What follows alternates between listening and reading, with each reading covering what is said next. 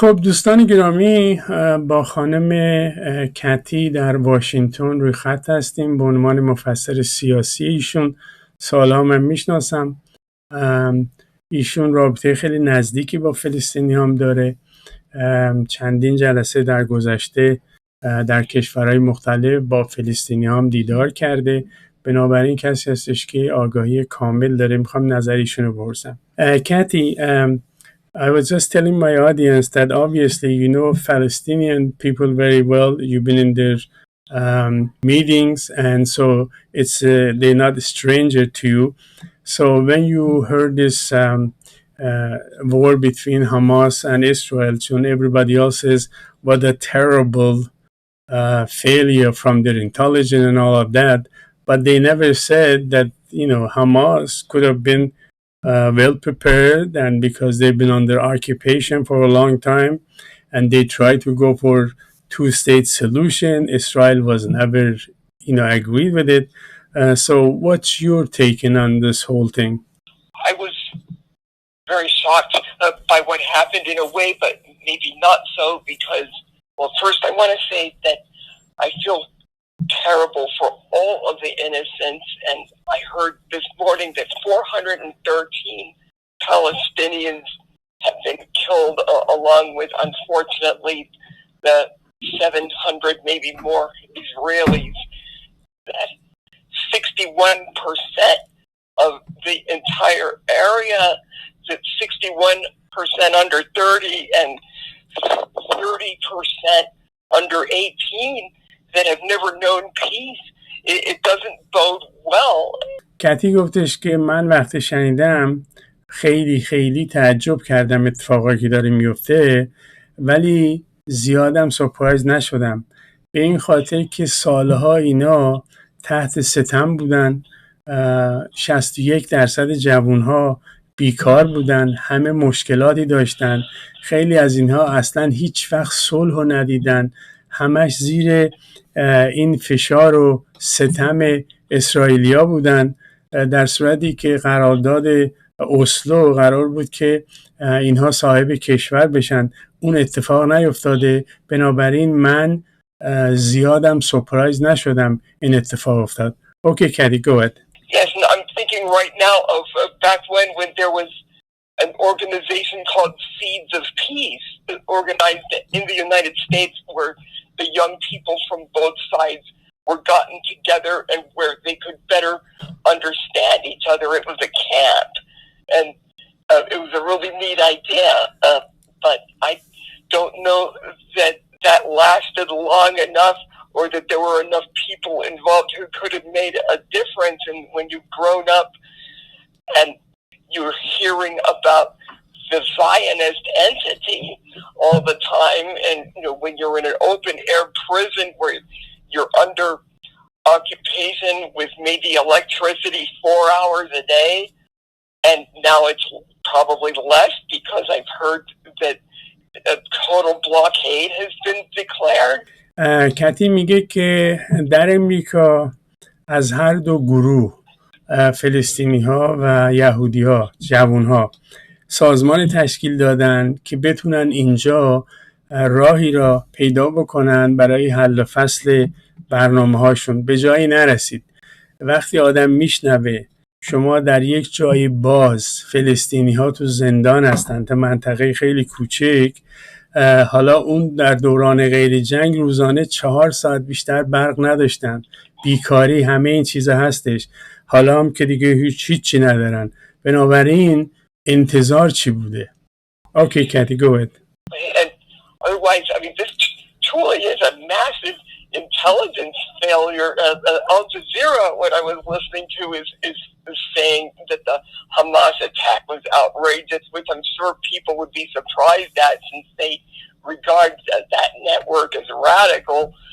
But I'm wondering, and maybe this is a conspiracy theory, but maybe they knew about it, but the government in Israel wants to unite everybody because there's fractured society, given the conservatives don't have a complete majority they have to always strike these compromises, and the judicial system is being reformed, which a lot of people don't like. So they could have been that they wanted a mechanism to get everybody behind it. کتی حرف جالبی زد دوستا.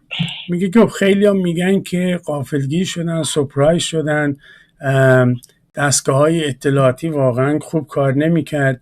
گفت من فکر میکنم که شاید هم زیاد اهمیت ندادن، چون میخواستن که دولتی در اسرائیل به وجود بیاد که همه‌گیر باشه، چون از این کارهای تندروهایی که اینا مشغولند و داشتن انجام میدادن در از بین بردن حتی دیوان عالی کشور، میخواستن که کشور رو به یه قهقرا ببرن. شاید اصلا خود اونها میخواستن که این اتفاق بیفته تا کشور رو بتونن برگردونن به حالت عادی.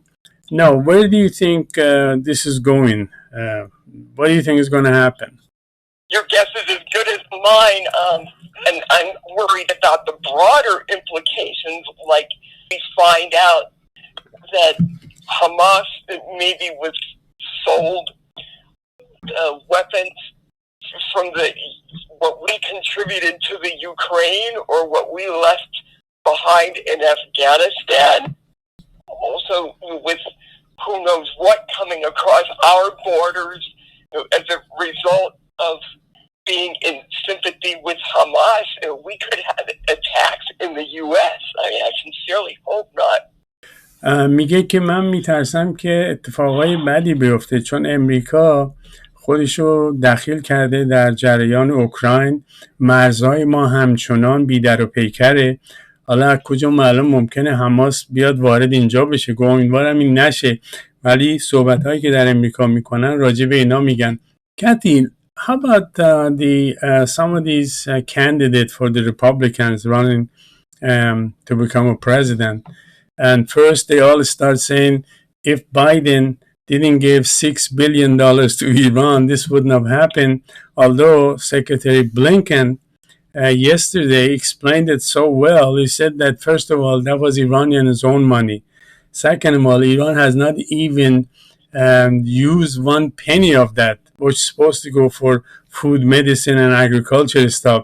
He said it's absurd. Some people would say this because either they are uninformed or they try to uninform you people. That was Secretary of Blinken's answer in All Network yesterday. So what do you think? Well, we may disagree just a little bit, but because whoever says that the money is going to be used for humanitarian purposes doesn't necessarily mean that that's going to be the way it is, unfortunately. And right. I don't know how long it takes for these transfers to happen, but I would think in the computer age you would get the money just like that once a transfer is made. And, who's to say that if the Iranian side knew that they were going to get that money fairly soon, that money couldn't have been given to Hamas some other way, and then they get reimbursed from the humanitarian so-called money. I don't know. But Anthony Blinken said nobody has withdrawn from that penny yet because it's in the Qatari bank. According to Secretary Blinken yesterday, he told All Network, he said it's absurd to mention such a thing. That was Iranians' own money. We didn't give him a penny. But the way that Republicans talks about it, looks like America gave $6 billion to Iran. Oh, yeah, I know that it was Iran's own money. They can do whatever they want with their own money once they have it back. Right. دوستان کتی گفتش که به هر حال این پول مال ایرانه، هر چه دلشون میخواد میتونن انجام بدن. Are you by the way into two-state solution? Why didn't you want to continue with the two-state solution? Because Israel is the one really didn't want it. I think for geographical reasons,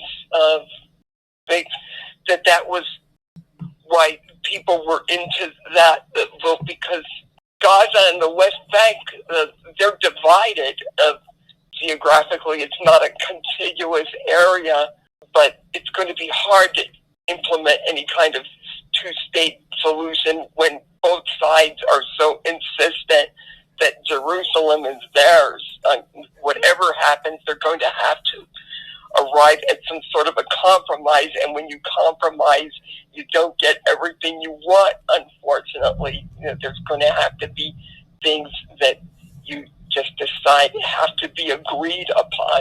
کتی میگه متاسفانه در مورد پیدایش یه همچون که کی صاحب جروسلم بشه اونجا اختلاف نظر اومد که متاسفانه به جایی نرسید.